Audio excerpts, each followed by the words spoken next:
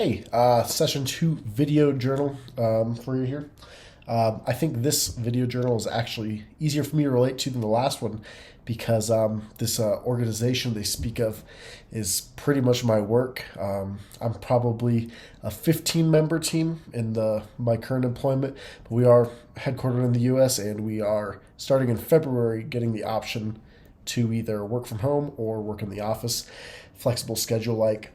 But how do you stay connected and communicate effectively across virtual platforms? Microsoft Teams has been the application that my work has used a lot of.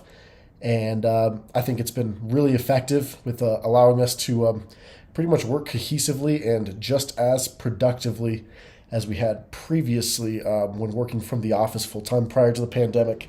The application is great for communicating because you have the instant messaging feature, which is just like Skype messaging or any sort of text messaging service, just quick instant messages that go across to anyone. And the Teams allows you to have access to everyone in the organization's contact information.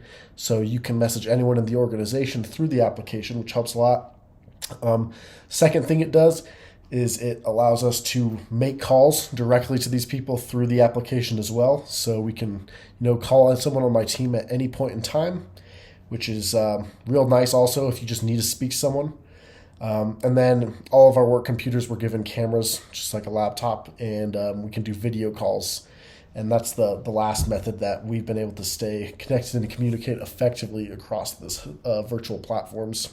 It also, gives us time to meet for meetings, lets us set statuses and say, hey, we're available to talk or we're busy focusing on work and whatnot, which I think is really it helps a lot with our organization and trying to make sure we're working on stuff and putting our head down when we need to, but at the same time, being able to communicate well with our teammates and others in the company.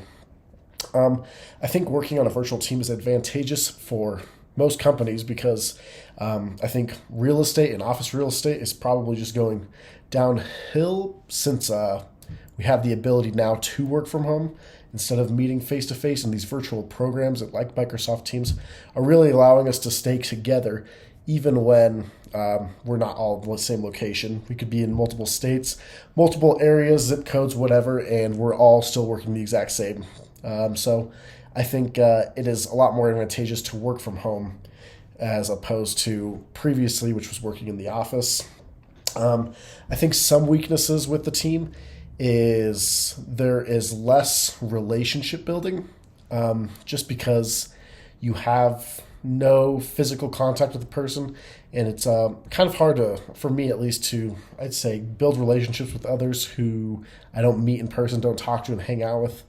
One of the ways we do to overcome them is we try to have happy hours, at least on camera, every other week where we, just hang out and are able to have face-to-face communication with our video cameras and talk to each other, play like phone games together.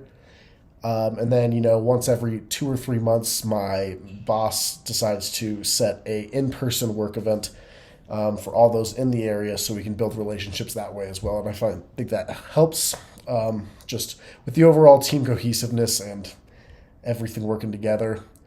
I think to adapt for missing nonverbal cues isn't too bad just because we have phone calls, and I think tone of voice is really key for just conversation in general. And with phone calls, we're still able to get a lot of tone of voice in it. And then if we really are having some miscommunication issues, we can always revert to video calls, which it may not be the same as, face-to-face conversation, but you can at least visually see the person you're talking to and how it could, impact whatever conversation you're having related to the work, related to, just normal life going on. So I think, that's what I have for this.